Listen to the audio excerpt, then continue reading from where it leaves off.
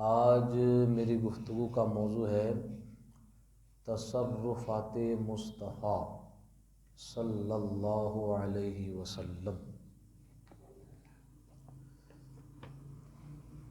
پہلے گفتگو شروع کرنے سے پہلے یہ مسئلہ ذہن نشین فرمائیں۔ اللہ تعالی حقیقی طور پر قدرت کاملہ رکھنے والا ہے،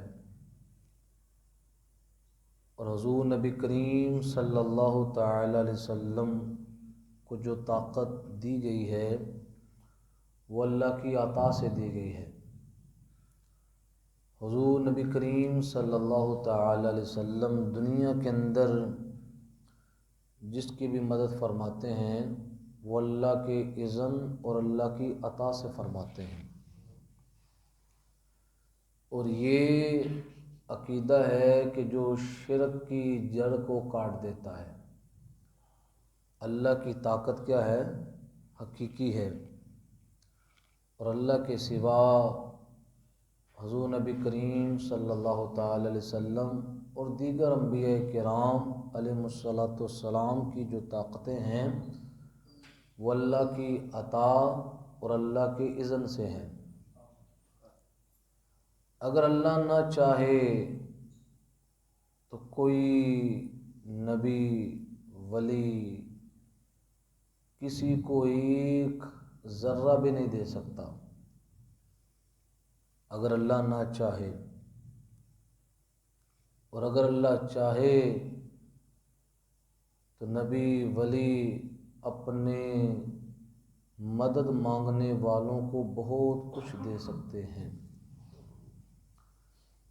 یہ گفتگو سے پہلے اس وجہ سے اجمالی طور پر میں نے اس بات کو بیان کیا تاکہ پھر رسول اللہ صلی اللہ تعالی علیہ وسلم کی شان احادیث کی روشنی کے اندر جب ہم سنیں گے تاکہ ہمیں مسئلے کی علی وجہ البصیرت آگاہی حاصل ہو جائے۔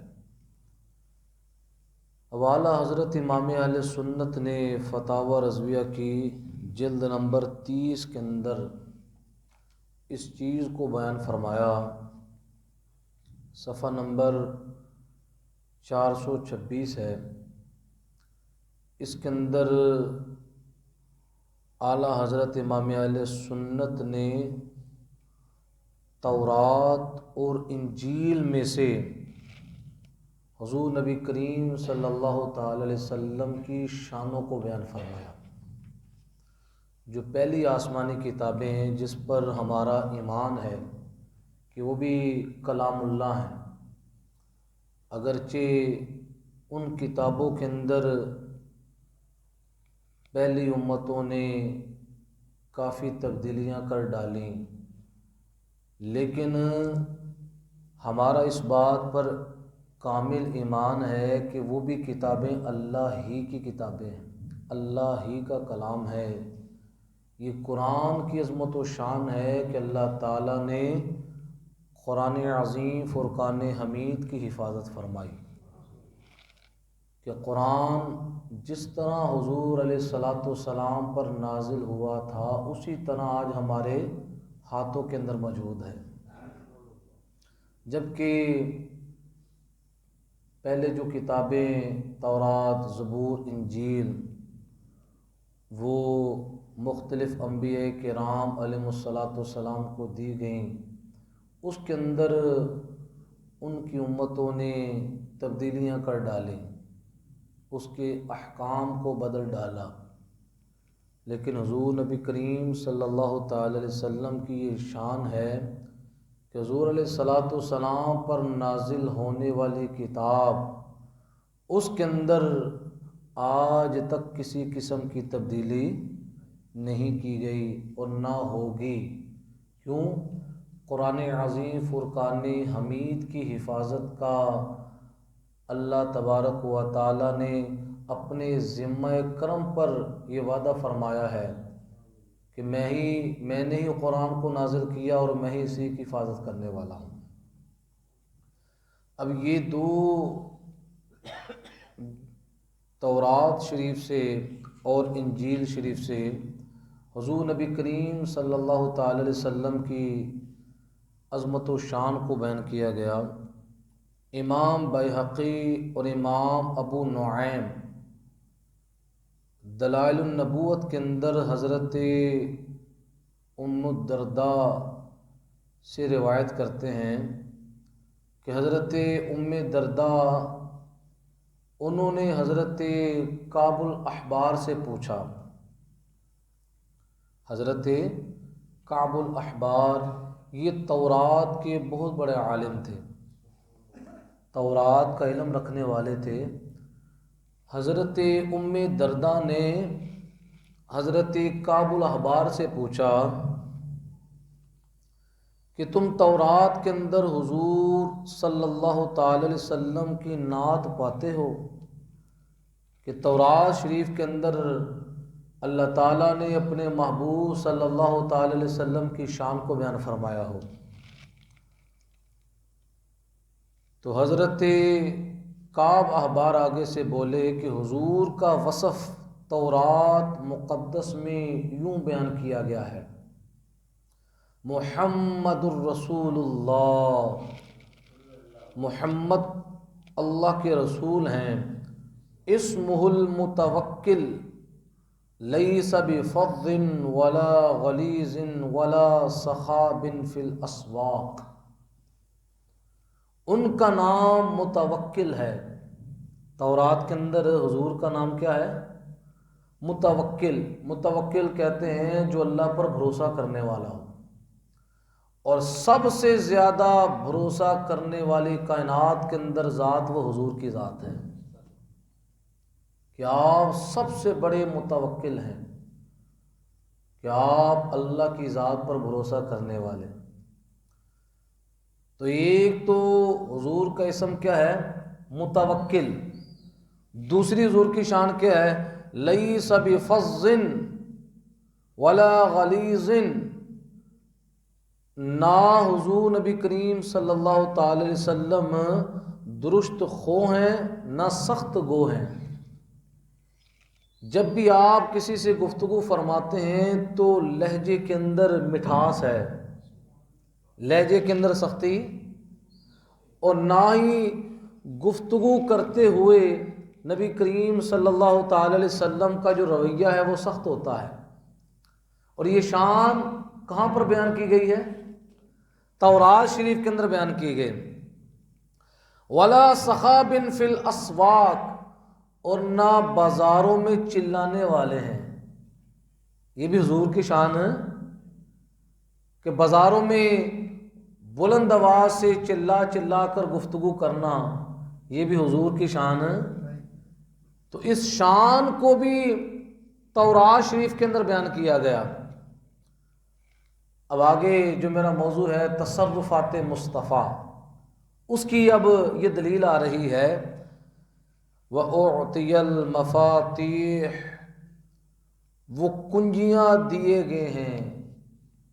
کنجیاں یہ جمع ہے کنجی کی، کنجی چابی کو کہتے ہیں۔ وہ کنجیاں دیے گئے ہیں، چابیاں دیے گئے ہیں۔ لِيُبَصِّرُ اللَّهُ بِهِ أَعْيُنَا، تاکہ اللہ تعالیٰ ان کے ذریعے پھوٹی آنکھوں کو بینائی عطا فرمائے، تاکہ اللہ تعالیٰ ان کے ذریعے، ان کی برکت سے وہ لوگ جن کی آنکھیں نابینا ہیں، کیا ہیں؟ اور یہاں آنکھوں سے مراد دل کی آنکھیں ہیں۔ کس کی آنکھیں ہیں؟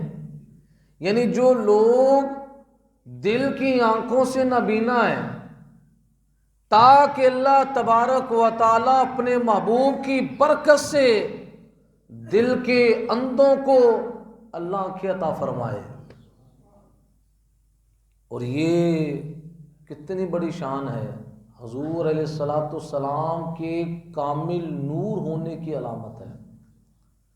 سورج بھی نور ہے، چاند بھی نور ہے، لیکن سورج و چاند کی روشنی سے جو دل کا نبینا ہے اس کو روشنی نہیں ملتی. جو دل کا نبینا ہے اس کو روشنی، وہ روشنی سے محروم ہوتا ہے. لیکن قربان جائیں مصطفیٰ کریم صلی اللہ علیہ وسلم کی ذات گرامی کے کہ اللہ تبارک و تعالی حضور کی برکت سے جو دل کا اندھا ہو چکا ہے تو اس دل کے اندھے کو حضور کی برکت سے اللہ تعالیٰ بینائی کی طاقت عطا فرما دے. بڑے بڑے کافر جو پہلے دل کے اندھے تھے لیکن مصطفیٰ کریم کی نگاہ فیض ان کے نبینا دلوں پر پڑی تو اللہ تعالیٰ نے اس نبینا دل کو بینائی والا دل عطا فرما دیا. اور یہ میرے مصطفیٰ کی شان ہے کہ یہاں پر اللہ فرماتا ہے کہ وہ محبوب جنہیں خزانوں کی چابیاں دی گئیں، جنہیں خزانوں کی. اب آپ مجھے بتائیں، آپ سارے سمجھدار بیٹھے ہوئے ہیں، جس کے ہاتھ میں چابی ہو اس کو تصرف ہوتا ہی نہیں ہوتا تالا کھولنے کا؟ بولے تو صحیح. ظاہر بات ہے چابی اس کے پاس ہے، اس کا دل جس وقت مرضی کرے تالا کھولے، جو چیز اندر ہے اپنے لیے استعمال کرے یا کسی کو دے دے. اب کوئی یہ کہے نہیں صرف چابیاں تھیں، وہ چابیاں کھولنے کی طاقت نہیں تھی کہ چابیاں کھول کر جو اندر خزانہ ہے اس کو دینے کی طاقت ہے. کتنے وہ بے وقوف ہیں کہ اگر چابیوں کو مان لیں، جس کو چابی دی جاتی ہے. آج بھی دیکھیں اگر کوئی دفتر کے اندر بندہ کام کرنے والا، اس کو چابی دی جاتی ہے اور اس کو اختیار دیا جاتا ہے کہ تم نے میری غیر موجودگی کے اندر یہ کام کرنا ہے. کوئی آ جائے اس کے ساتھ اس طرح ڈیل کرنا ہے، کسی سے لین دین کے معاملات کرنے ہو، میں موجود نہ ہوں تو تم نے یہ سارے کام. اب یہ وہ دلیل ہے جس سے حضور نبی کریم صلی اللہ علیہ وسلم کی طاقت کا پتہ چلتا ہے، حضور کے تصرف کا پتہ چلتا ہے کہ اللہ تعالیٰ نے محبوب کو خزانوں کی چابیاں عطا فرمائیں. اور چابیاں عطا فرمانے کے ساتھ کیا شان عطا فرمائی کہ اللہ حضور کی برکت سے جو دل کے اندھے ہیں اللہ انہیں بینائی عطا فرمائے. اور اسی طرح جو لوگ دل کے بہرے ہیں، ان کے دل دیکھتے بھی نہیں سنتے بھی نہیں، وہ دل کے بہرے ہیں. اگرچہ ظاہری کان تو ان کے ہیں، ظاہری کان تو ہیں، لیکن دل سے وہ بہرے ہیں. دل سے وہ کیا ہے؟ بہرے ہیں. تو حضور کی برکت سے اللہ تعالیٰ نے ان دل کے بہرے لوگوں کو بھی اللہ تعالیٰ نے کان عطا فرمائے کہ جنہوں نے پھر دل کے کانوں سے حضور کا پیغام سنا. یہ حضور علیہ الصلوۃ والسلام کا تصرف ہے. اور یہ اتنی بڑی طاقت ہے کہ اس طاقت کا کوئی اندازہ لگا سکتا؟ دیکھیں مجھے، آپ ماشاءاللہ اتنے جدید دور کے اندر رہ رہے ہیں، آج کانوں کو ٹھیک کرنے والے بھی لوگ ہیں. کسی کا کان خراب ہو جائے آپریشن ہو جاتا ہے. لیکن آپ مجھے یہ بتائیں، آنکھوں کے حوالے سے بھی کبھی ایسا ہوا ہے کہ جو نبینا ہو اس کو بینائی مل گئی ہو؟ بولے تو صحیح. میں نے تو اپنی زندگی کے اندر یہ ایسا واقعہ سنا نہیں. لیکن حضور کی طاقت دیکھیں، ظاہری بینائی تو ظاہری بینائی رہی، حضور کی برکت سے لوگوں کو ظاہری بینائی بھی ملی. حضور کی برکت سے اللہ تعالیٰ نے دل کی بینائی بھی عطا فرمائی. یہ وہ تصرف اور طاقت ہے جو اللہ نے اپنے محبوب کو عطا فرمائی کہ ایک نبینا صحابی حضور نبی کریم صلی اللہ تعالی علیہ وسلم کے اسم شریف کی برکت سے اللہ تعالیٰ نے ان کو آنکھوں کی بینائی عطا فرمائی.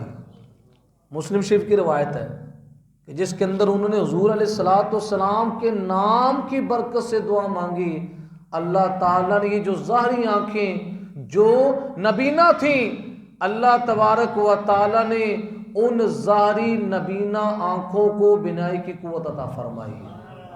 تو حضور تو وہ ہیں جن کے در سے ظاہری نعمت بھی ملتی ہے اور حضور کے در سے باطنی نعمت بھی ملتی ہے۔ تو حضور علیہ الصلوۃ والسلام جو ہیں، حضور کے صدقے اللہ تبارک و تعالی حضور کے غلاموں کو کئی مشکلات سے نجات عطا فرماتا ہے۔ تو یہ فرمایا کہ حضور کی برکت سے اللہ پھوٹی آنکھیں بینا فرمائے، بہرے کان کو سننے کی طاقت عطا فرمائے اور ٹیری زبانیں سیدھی کر دے۔ اور جس زبان سے اللہ کی توحید کا کلمہ پڑھنا نہیں آتا، وہ زبانیں ٹیڑھی ہو چکی ہیں، بتوں کا نام ہے، بتوں کی پوجا پاٹ کے تذکرے چلتے ہیں، ایسی زبانیں وہ کیا ہیں؟ ٹیڑھی ہیں۔ لیکن جب میرے آقا تشریف لائے، حضور کی برکت سے اللہ نے انہیں ٹیڑھی زبانوں کو سیدھا فرما دیا۔ انہی زبانوں سے پھر توحید کے نغمے پوری دنیا کے اندر گنگنانے شروع ہو گئے۔ آج آپ دیکھیں روئے زمین کے اندر کتنے مقامات کے اندر مسجدیں ہیں یا نہیں ہیں؟ 5 وقت مسجد کے اندر اذانیں پڑھی جاتی ہیں، اور جو مؤذن اذان پڑھتا ہے اس کی زبان سے کلمہ توحید بھی نکلتا ہے، کلمہ رسالت بھی نکلتا ہے۔ تو جس وقت کسی کے کان کے اندر وہ آواز پڑتی ہے تو وہ یہ سوچ لے کہ یہ میرے آقا کا فیض ہے کہ حضور کی برکت سے اللہ نے اس مؤذن کی زبان کو سیدھا پن عطا فرما دیا، زبان کو ٹیڑھا ہونے سے بچا کر زبان کو بالکل سیدھا فرما دیا۔ آج ہمیں زبان کی درستگی کا آج بھی پتہ چل رہا ہے کہ یہ فیض ہے رسول اللہ صلی اللہ علیہ وسلم کا، کہ آج پوری روئے زمین کے اندر اذان کے کلمات جو ہے وہ گونج رہے ہیں۔ اور یہ کس کا فیض ہے؟ یہ میرے آقا کا فیض ہے کہ حضور علیہ الصلوۃ والسلام کی برکت سے ٹیڑھی زبانیں کیا ہو گئی؟ سیدھی ہو گئی۔ اب آپ مجھے بتائیں یہ حضور کا تصرف ہوا یا نہ ہوا؟ اور کتنا بڑا تصرف ہوا؟ اتنا بڑا یہ تصرف ہے کسی کی زبان کو سیدھا کر دینا، اور یہ میرے آقا علیہ الصلوۃ والسلام کی نگاہ فیض کا کمال ہے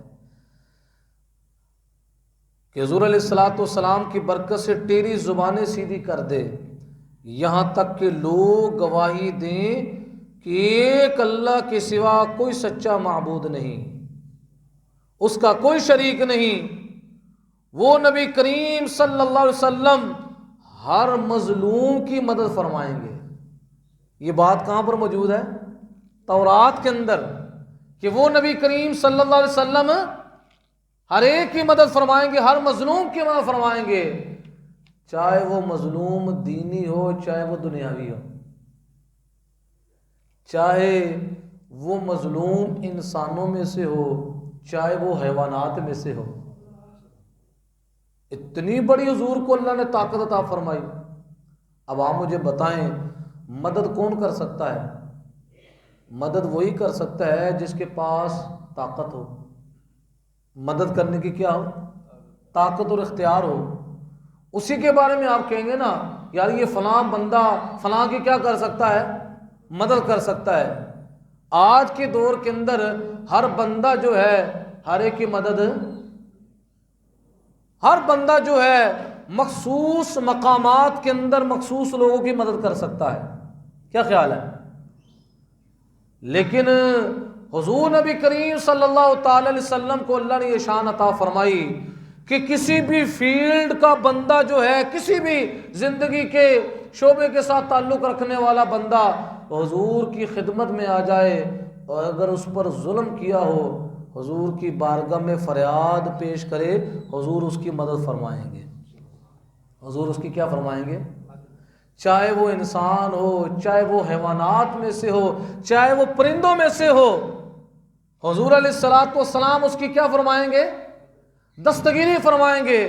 اور دستگیری اور مدد وہی فرما سکتا ہے جس کو اللہ تعالیٰ نے کائنات کے اندر تصرف کی طاقت عطا فرمائی ہو۔ تو اس کا مطلب یہ ہوا اللہ نے اپنے محبوب صلی اللہ تعالی علیہ وسلم کو کائنات کے اندر قوت اور تصرف عطا فرمایا کہ جس کے لیے حضور چاہیں حضور دستگیری فرما دیں۔ تو تورات شریف کے اندر کیا وہ نبی کریم ہر مظلوم کی مدد فرمائیں گے اور اسے کمزور سمجھے جانے سے بچائیں گے کہ وہ مظلوم یہ سمجھ رہا ہے میں کمزور ہوں، میرا کوئی دستگیر نہیں، میری کوئی مدد کرنے والا نہیں۔ یہ حضور کی شان ہے کہ وہ جو احساس کمتری کے اندر مبتلا ہے اس کو پریشان نہیں ہونا چاہیے کہ میں کیوں پریشان ہوں، کہ میرا بھی ایک ملجا و ماوا ہے، میرا بھی ایک دستگیر ہے، میرا بھی ایک غوث ہے کہ جو میری مدد فرمانے والا ہے۔ تو یہ تورات شریف کے اندر حضور علیہ الصلوۃ والسلام کے تصرفات کی شانوں کو بیان فرمایا گیا کہ جو اللہ تعالیٰ نے محبوب صلی اللہ تعالی علیہ وسلم کو عظمت شان عطا فرمائیں۔ اب اگلی جو روایت آپ کے سامنے میں بیان کرنے لگا ہوں یہ بخاری اور مسلم کی روایت ہے۔ آج کچھ لوگ کہتے ہیں بخاری سے دکھاؤ، مسلم سے دکھاؤ، تو یہ بخاری کی روایت ہے۔ حضرت امام بخاری رحمہ اللہ نے حضور نبی کریم صلی اللہ تعالی علیہ وسلم کی شانوں کو اپنی بخاری شریف کے اندر بیان فرمایا کہ حضرت امام بخاری اور امام مسلم حضرت سیدنا ابو ہریرہ رضی اللہ تعالیٰ عنہ سے روایت کرتے ہیں کہ نبی علیہ الصلوۃ والسلام ارشاد فرماتے ہیں بینا انا نائم، میں سو رہا تھا۔ کیا کر رہا تھا؟ سو رہا تھا۔ حضور فرماتے ہیں کہ میرے پاس زمین کے خزانوں کی چابیاں لائی گئیں، زمین کے خزانوں کی چابیاں لائی گئیں۔ فوضعت فی یدی، اور میرے دونوں ہاتھوں میں رکھ دی گئیں، نہیں وہ چابیوں کو میری بارگاہ کے اندر لایا گیا اور وہی چابیاں جو ہیں میرے ہاتھوں کے اندر تھما دی گئیں۔ یہ کس کتاب کی روایت ہے؟ بخاری کی اور مسلم کی، اور اس کے راوی کون ہیں؟ حضرت ابو ہریرہ رضی اللہ تعالیٰ عنہ ہیں۔ اس سے معلوم ہوا کہ اللہ تبارک و تعالیٰ نے اپنے نبی کو تصرف اور طاقت کی وہ اعلیٰ شان عطا فرمائی کہ کائنات کے اندر اللہ تعالیٰ نے خزانوں کی چابیاں محبوب کو عطا فرما دی۔ حضور فرماتے ہیں کہ میرے ہاتھ میں وہ تھما دی گئی۔ اب یہاں تو تھی زمین کے خزانوں کی چابیاں، اب اگلی روایتیں میں آپ کو بیان کرتا ہوں جس کے اندر مزید جو چیزیں ہیں زمین کے علاوہ حضور علیہ الصلوۃ والسلام نے اس کا بھی تذکرہ فرمایا گیا کہ اللہ تبارک و تعالیٰ نے اس کے خزانے کی چابیاں مجھے عطا فرما دی۔ اب اگلی جو روایت ہے اس کے راوی حضرت مولا علی رضی اللہ تعالیٰ عنہ ہیں۔ حضرت مولا علی سرکار حضور علیہ الصلوۃ والسلام سے روایت کرتے ہیں کہ نبی علیہ السلام فرماتے ہیں کہ مجھے وہ عطا ہوا جو مجھ سے پہلے کسی نبی کو نہ ملا۔ اس کو کہا جاتا ہے حضور کا خاصہ، یعنی جو چیز مصطفیٰ کریم کو عطا ہوئی حضور فرماتے ہیں مجھ سے پہلے وہ کسی نبی کو عطا نہ ہوئی۔ جناب آدم علیہ الصلوۃ والسلام سے لے کر جناب عیسیٰ علیہ الصلوۃ والسلام تک کسی نبی کو وہ چیز عطا نہ کی گئی۔ وہ کیا ہے؟ حضور فرماتے ہیں رعب سے میری مدد فرمائی گئی، اللہ نے مجھے روب دبدبے کی طاقت عطا فرمائی کہ مہینہ بھر کی راہ پر دشمن میرا نام سن کر کانپے، یعنی میرے اور میرے دشمن کے درمیان کتنے راہ کی مسافت ہو، 1 مہینے کا سفر ہو، اور دشمن کو پتہ چل جائے حضور آ رہے ہیں، ابھی وہاں پر میں پہنچا نہیں، ابھی اتنی دوری کا سفر ہے، حضور علیہ السلام فرماتے ہیں کہ میرا روب اور دبدبہ اس دشمن کے دل میں اتنا طاری ہو جاتا ہے کہ اس روب اور دبدبے کی وجہ سے دشمن جو ہے کانپنا شروع ہو جاتا ہے کہ یہ شان اللہ نے محبوب کو عطا فرمائی۔ اور آگے حضور علیہ السلام فرماتے ہیں وَأُعْطِيتُ مَفَاتِيحَ الْأَرْضِ، اور مجھے ساری زمین کی کنجیاں عطا فرمائی گئی۔ کیا عطا فرمائی گئی؟ مجھے زمین کی کنجیاں عطا فرمائی گئیں، خزانے جو زمین کے اندر موجود تھے اس کی چابیاں مجھے عطا فرمائی گئی۔ اب قرآن پاک کی وہ آیت 7ویں پارے کے اندر جس کو لوگ پڑھ کر نبی علیہ الصلوۃ والسلام کی شان کو گھٹانے کی کوشش کرتے ہیں، اور وہ بیان کرتے ہیں، وہ قرآن پاک کے 7ویں پارے کی آیت ہے جس کے اندر حضور علیہ الصلوۃ والسلام کے علم غیب کے حوالے سے بھی وہ لوگ طرح طرح کی باتیں کرتے ہیں کہ نبی کریم صلی اللہ تعالی علیہ وسلم تو کسی چیز کا پتہ نہیں، دیوار کے پیچھے کیا ہو رہا ہے معاذ اللہ اس کا بھی حضور علیہ الصلوۃ والسلام کو پتہ، اور اس پر وہ قرآن پاک کی آیات کو بھی پیش کرتے ہیں کہ قرآن پاک کے اندر اللہ تبارک و تعالی نے اس چیز کو بیان فرمایا۔ اب میں وہ آیت آپ کے سامنے پڑھتا ہوں اور اس کا معنی بیان کرتا ہوں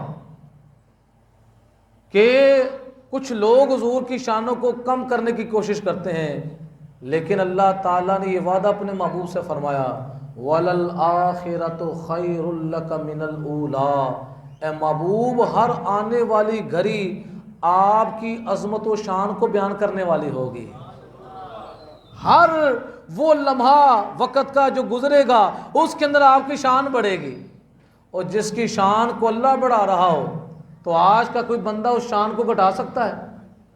بولیں تو صحیح، نہیں گھٹا سکتا کہ جس کی شان کو بلند کرنے والا خود خدا ہو اس کی شان کو کم کرنے والا کون ہے؟ اب اللہ نے خود محبوب سے وعدہ فرمایا اے محبوب آپ کا ہر آنے والا وقت جو ہے وہ آپ کی عظمت و شان کے ڈنکوں کو بجانے والا ہوگا۔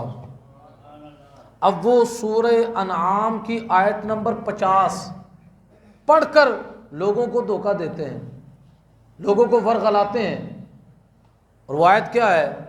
قُلْ لَا أَقُولُ لَكُمْ عِنْدِي خَزَائِنُ اللَّهِ وَلَا أَعْلَمُ الْغَيْبَ،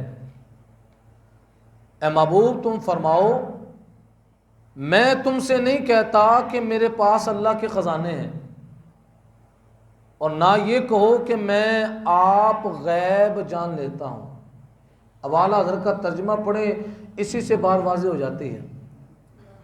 اور کہتے دیکھیں جی حضور فرماتے ہیں کہ میں نہیں کہتا میرے پاس اللہ کے خزانے ہیں، تو جب حضور خود کہہ رہے میرے پاس اللہ کے خزانے نہیں ہیں تو تم پھر کیوں کہتے ہو آقا لجپال نبی سونے میرے درداں دی دوا کرنا؟ پھر یہ شعر کیوں پڑھتے ہو؟ حضور کی بارگاہ میں صحت کے حوالے سے فریاد کیوں کرتے ہو؟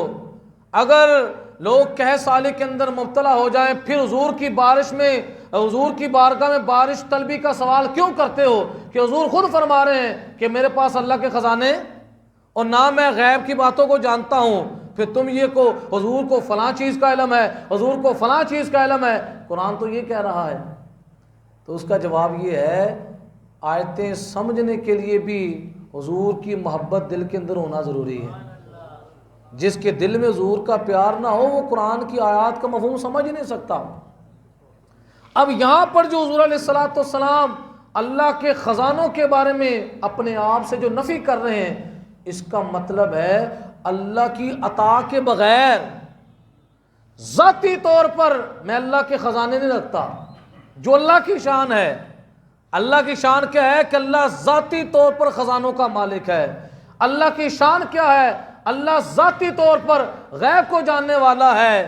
تو حضور علیہ الصلوۃ والسلام سے یہ کہلوایا گیا، اور اس کہلوانے کے اندر بھی حکمت تھی، اس وجہ سے کہ آگے اللہ تعالیٰ نے اپنے محبوب کو شانیں دینی تھی تاکہ حضور علیہ الصلوۃ والسلام کی امت آزمائش میں نہ پڑ جائے۔ کس میں نہ پڑ جائے؟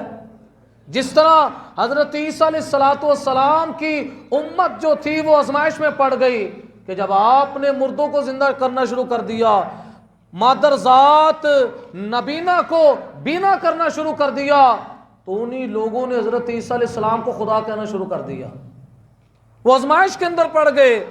تو اللہ تعالیٰ نے حضور کے صدقے حضور کی امت کو اس آزمائش سے نکالا۔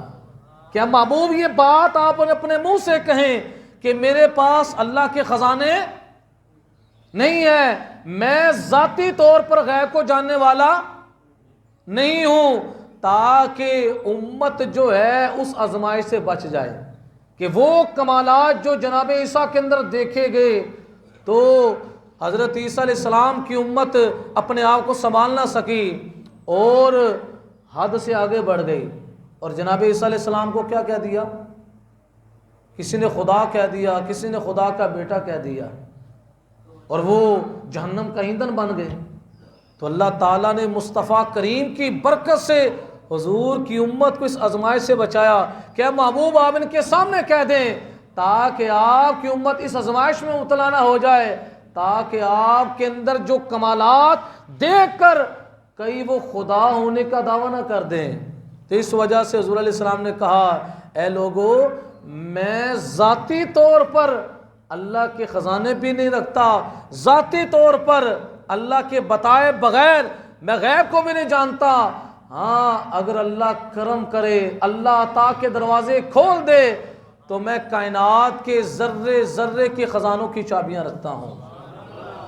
اگر اللہ مجھ پر عطا کے دروازے کھول دے تو کائنات کے ذرے ذرے کا تفصیلی علم میں رکھتا ہوں۔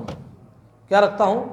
اگر یہ تشریح نہیں مانی جائے گی پھر اس صورت کے اندر قرآن پاک کی آیات کے اندر ٹکراؤ آ جائے گا۔ اب یہ آیت جو میں نے پڑھی ہے اس کے اندر کیا کہا جا رہا ہے کہ میں غیب کو جانتا نہیں۔ اب دوسرے مقام پر اللہ تعالیٰ چوتھے اس پارے کے اندر فرماتا ہے، وَمَا كَانَ اللَّهُ لِيُطْلِعَكُمْ عَلَى الْغَيْبِ وَلَكِنَّ اللَّهَ يَجْتَبِي مِن رُّسُلِهِ مَن يَشَاءُ۔ اے عام لوگوں، اللہ کی شان نہیں تمہیں غیب پر مطلع کر دے، لیکن اللہ تعالیٰ اپنے رسولوں میں سے جسے چاہتا ہے غیب کی طاقت عطا فرما دیتا ہے۔ اب یہ بھی قرآن کی آیت ہے، 7ویں پارے کی آیت وہ بھی قرآن کی آیت ہے۔ اگر یہ تشریح مراد نہ لی جائے پھر قرآن کی دونوں آیتوں کے درمیان ٹکراؤ آئے گا کہ ایک مقام پر اللہ فرماتا ہے میں دیتا ہوں، اور دوسرے مقام پر اپنے محبوب کی زبان سے کہلوا رہا ہے کہ میں غیب کو جانتا۔ تو مطلب کیا ہوا؟ جہاں پر نفی کی جا رہی ہے وہاں پر معنی اور ہے کہ میں ذاتی طور پر اللہ کے بتائے بغیر نہیں جانتا، اور جہاں پر کہا جا رہا ہے اس کا مطلب ہے اللہ تعالیٰ کے فضل، اللہ کی عطا سے میں غیب کو جانتا ہوں۔ ابھی بخاری کی روایت میں نے پڑھی جس کے اندر حضور علیہ السلام نے فرمایا، اللہ تعالیٰ نے مجھے زمین کے خزانوں کی چابیاں عطا فرمائیں۔ زمین کے خزانوں کی، اب قرآن پاک اس آیت کے اندر کہا جا رہا ہے کہ میرے پاس اللہ کے خزانے نہیں ہیں، اور اس روایت کے اندر ہے کہ خزانوں کی چابیاں ہاتھ میں تھمائی گئی ہیں، تو قرآن کی آیت اور حدیث پاک کے درمیان پھر کیا ہو جائے گا؟ ٹکراؤ ہو جائے گا۔ اور اگر یہ تشریح مانی جائے جو بیان کی گئی ہے تو پھر کسی قسم کا ٹکراؤ کہ جہاں پر یہ کہا جا رہا ہے خزانے نہیں ہیں، اس سے مراد کیا ہے؟ ذاتی طور پر، ذاتی کا مطلب ہے اللہ کے عطا کے بغیر ہی، اور جہاں پر فرمایا جا رہا ہے کہ مجھے اللہ کے خزانوں کی چابیاں دی گئی ہیں تو اس سے مراد کیا ہے؟ عطائی طور پر اللہ کے اذن سے، اللہ کے فضل سے اللہ تعالیٰ نے مجھے زمین کے خزانوں کی چابیاں عطا فرما دی۔ تو یہ مصطفیٰ کریم صلی اللہ تعالی علیہ وسلم کے تصرفات ہیں۔ اور اگلی جو روایت ہے جس کو حضرت جابر بن عبداللہ رضی اللہ تعالیٰ عنہ روایت کرتے ہیں، آپ فرماتے ہیں کہ نبی علیہ الصلوۃ والسلام فرماتے ہیں، او آتیتو بمقالید الدنیا علی فرس ابلق، دنیا کی کنجیاں ابلق گھوڑے پر رکھ کر میری خدمت میں حاضر کی گئی۔ دنیا کی کنجیاں، چابیاں، پہلے خاص زمین کی بات تھی، اب کس کی بات ہے؟ دنیا کہ دنیا کے خزانوں کی جو چابیاں تھیں ابلق گھوڑے پر سوار کر کے اس کو میری خدمت میں پیش کیا گیا۔ جاءنی بہ جبرائیل علیہ، جبرائیل لے کر آئے اس پر نازک ریشم کا زین پوش با نقش و نگار پڑا ہوا تھا۔ وہ جو گھوڑا تھا، اس گھوڑے پر جو زین تھی، حضور علیہ السلام فرماتے ہیں کہ وہ نازک ریشم کا کپڑا تھا جس کے اوپر نقش و نگار پڑے ہوئے تھے، اسی کے اوپر دنیا کے خزانوں کی چابیاں رکھی گئیں اور اس کو میری خدمت کے اندر پیش کیا گیا، اس کو میری خدمت کے اندر پیش کیا گیا۔ اور اگلی جو روایت ہے جس کے راوی حضرت عبداللہ ابن عمر رضی اللہ تعالی عنہما ہیں، آپ کہتے ہیں کہ نبی علیہ الصلوۃ والسلام فرماتے ہیں پہلے کس کا ذکر آیا؟ زمین کا، کہ زمین کی چابیاں دی گئیں۔ دوسری روایت کے اندر کس کا ذکر آیا؟ دنیا کا۔ اب آگے سمجھیے گا کہ نبی علیہ الصلوۃ والسلام نے کیا فرمایا۔ حضور فرماتے ہیں اوتیت مفاتیح کل شیء الا الخمس۔ حضور فرماتے ہیں مجھے ہر چیز کی کنجیاں عطا ہوئیں، مجھے اب ہر شے سے مراد کیا ہے؟ ما سوا اللہ، اللہ کے ما سوا کائنات کے اندر جو جو کچھ ہے، اس کے اندر زمین بھی آ گئی، آسمان بھی آ گئے، پھر آسمانوں کے اندر جو جو چیزیں ہیں، جو جو خزانے ہیں، سب کے سب ایسے کلو شے کے اندر آ گئے کہ نبی علیہ السلام فرماتے ہیں کہ مجھے ہر شے کی کنجیاں عطا فرمائی گئی۔ اور آگے فرمایا سوائے 5 چیزوں کے، سوائے وہی 5 چیزیں جس کا ذکر سورہ لقمان کی آخری آیتوں کے اندر ہے کہ بارش کب نازل ہوگی، ماں کے پیٹ کے اندر کیا ہے، قیامت کا علم، اور کون سا بندہ کہاں پر مرے گا۔ پھر اگلی جو روایت ہے جامع الصغیر کے اندر صاحب جامع الصغیر فرماتے ہیں یہ بات اس وقت کی ہے کیونکہ ہم بھی اس چیز کے قائل ہیں کہ نبی علیہ الصلوۃ والسلام کو اللہ کی بارگاہ سے جو نوازشات ہوئیں تدریجاً ہوئیں۔ کیا ہوئیں؟ تدریجاً ہوئیں۔ جب حضور علیہ الصلوۃ والسلام کا وصال ہونے لگا، وصال تک اللہ تعالیٰ نے اپنے محبوب کو ہر شے عطا فرما دی۔ اب یہ اس وقت کی بات ہے کہ حضور فرماتے ہیں ہر شے کے خزانوں کی چابیاں دے دی گئیں سوائے 5 چیزوں کے۔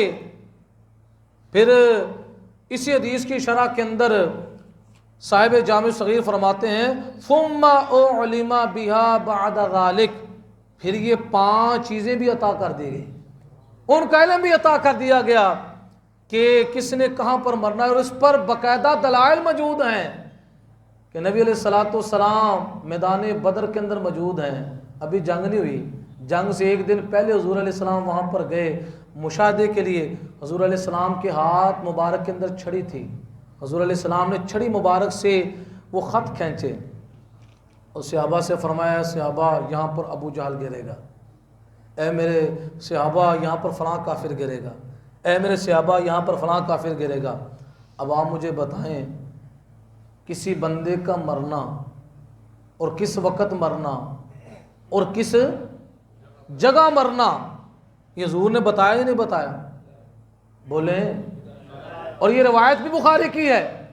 اس کا مطلب ہے کہ حضور علیہ الصلوۃ والسلام کو یہ بھی پتا تھا کہ اس کا خاتمہ کفر پر ہوگا، خاتمے کا بھی پتا تھا کہ جو حضور فرما رہے ہیں ابو جہل یہاں پر مرے گا، اس کا مطلب ہے اس کا خاتمہ کفر پر ہونا ہے۔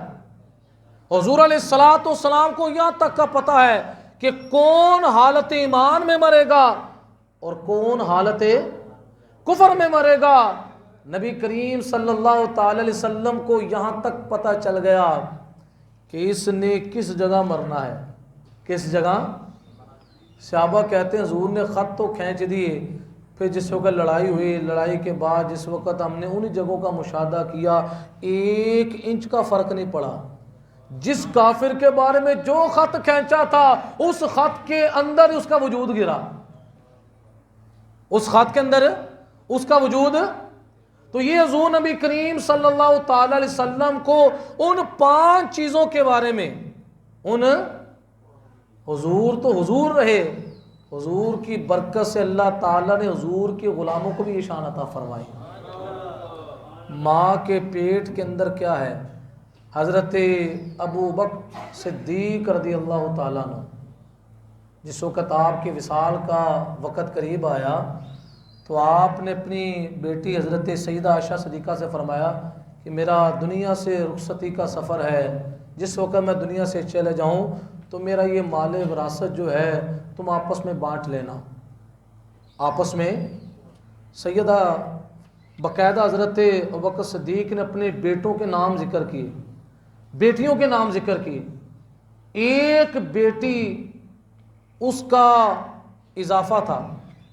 حضرت سیدہ عائشہ صدیقہ کہتی ہیں کہ میں پریشان ہو گئی کہ ابا جان کہہ رہے ہیں کہ تمہاری اتنی بہنیں ہیں، تو ہم تو اتنی بہنیں ہیں لیکن حضرت ابوبکر صدیق رضی اللہ تعالیٰ عنہ ایک کا اضافہ فرما رہے ہیں۔